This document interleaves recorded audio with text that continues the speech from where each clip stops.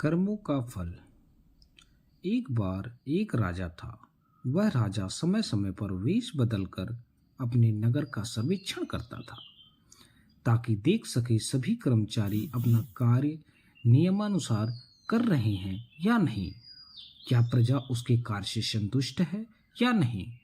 एक बार राजा वेश बदलकर अपने प्रधानमंत्री के साथ निरीक्षण करने निकले। बाजार में उन्होंने देखा कि एक व्यक्ति का शव पड़ा था। राजा ने आसपास के दुकानदारों से कहा, इस मृत व्यक्ति को उसके घर पहुंचा दो।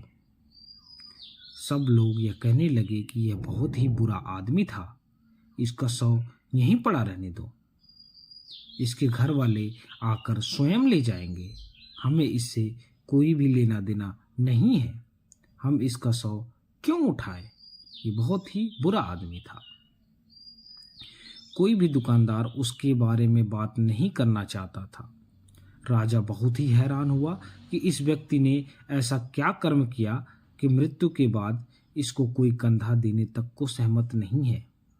राजा को किसी दुकानदार ने बताया कि यह व्यक्ति पाप कर्म करता था, बहुत ही शराब पीता था और वेश्या के पास भी जाता था, इसलिए कोई भी इसके शव को हाथ लगाने को तैयार नहीं है। राजा को लगा कि चाहे वो जैसा भी कर्म करता हो, लेकिन उसके राज्य में किसी भी शव का ऐसा तिरस्कार नहीं होना चाहिए।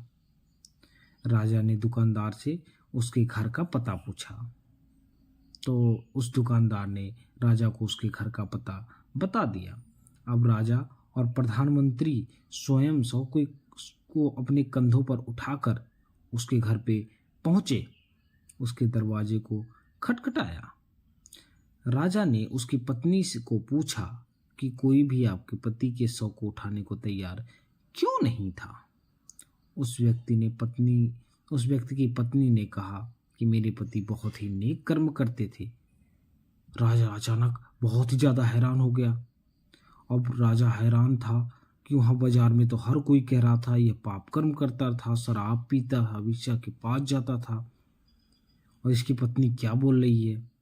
फिर भी इसकी पत्नी इसके कर्मों के नेक कर्मों को नेक कर्म कह रही है, जो भी इसने कर्म किया उसको नेक कर्म कह रही है। उसकी पत्नी ने बताया, जब भी उसके पति के पास पैसे इकट्ठे होते थे वह शराब की दुकान पे जाता, शराब खरीद कर घर आकर नाली में बहा देता था ताकि किसी और का घर बर्बाद होने से बच जाए। वह ऐसा हर दिन करता था, जब भी वह पैसा कमाता था हर दिन ऐसा करता था। इसी तरह वेश्या के पास जाते और उसे पैसे देकर कहते कि तुम्हें आज पैसे मिल गए, अब तुम अपने घर का दरवाज़ा बंद कर लो ताकि किसी और के पैसे बच जाएं और वह पैसे अपने बीवी बच्चों पर लगाए, या फिर क्या पता वह यह पैसे किस शुभ काम में लगा दे। उस व्यक्ति की पत्नी ने कहा, मेरे पति के शराब के ठेके और वेश्या के पास जाने के कारण लोगों ने उनसे दूरी बना ली थी, क्योंकि कोई भी उनके नेक इरादों के बारे में नहीं जानता था। मैं उनको कहती थी कि आपकी इतनी बदनामी हो चुकी है, कोई भी आपको कंधा देने को नहीं आएगा। लेकिन मेरे पति का मानना था, शुभ कर्म लोगों को दिखाने के लिए नहीं करने चाहिए। ईश्वर हमारे अच्छे बुरे कर्म का फल का हिसाब रखता ही है, वह हमेशा हमारे अच्छे और बुरे कर्मों को देखता रहता है।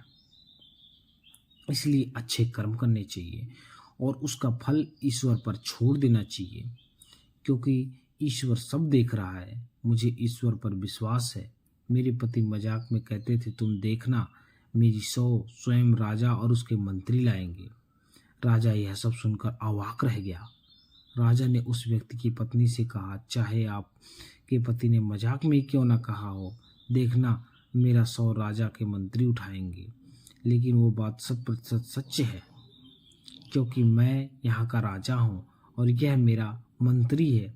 राजा ने बड़े सम्मान के साथ उस व्यक्ति का दाह संस्कार करवाया और उससे अच्छे कर्मों की सच्चाई को रूबरू करवाया, सभी को बताया यह सत्य कथन है।